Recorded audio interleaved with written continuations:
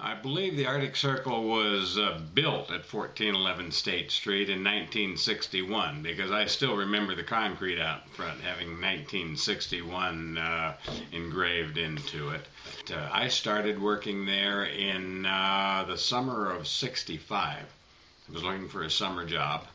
That spring, just offhand, Pat mentioned that he was going to sell that Arctic Circle. He was buying 2 of them in Reno, Nevada.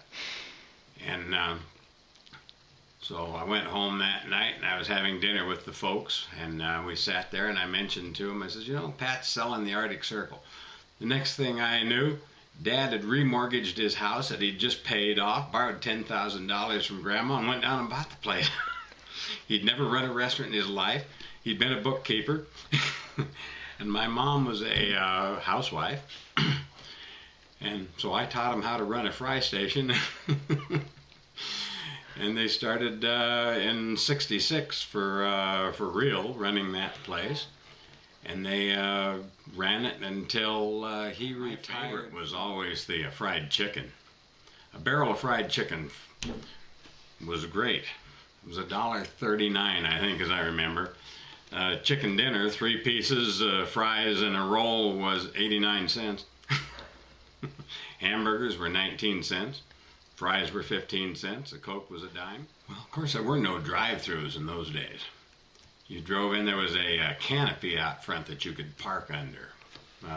Picnic tables up the center, and then head-in parking on both sides. And you just sort of walked in the building and ordered what you wanted. And you could either sit in your car and eat it, and or sit at the picnic tables. We didn't have car hops at that location.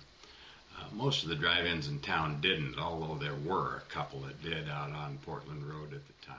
The A&Ws had them. Big rushes at noontime from state workers that walked down there.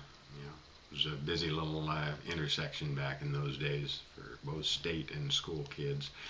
And because we were right on the border between South Salem and North Salem, why we'd get a lot of after-school kids in there to eat something after ball games and that sort of thing. We catered to the Willamette University students who loved to come in just before we closed, about 5 seconds before midnight, and load up on food and take it back to the One of the reasons that Dad sold the place and got out of it. The franchise, it's out of Salt Lake. They were trying to compete with Burger King and McDonald's and standardize all their menus. My dad was something of a rebel.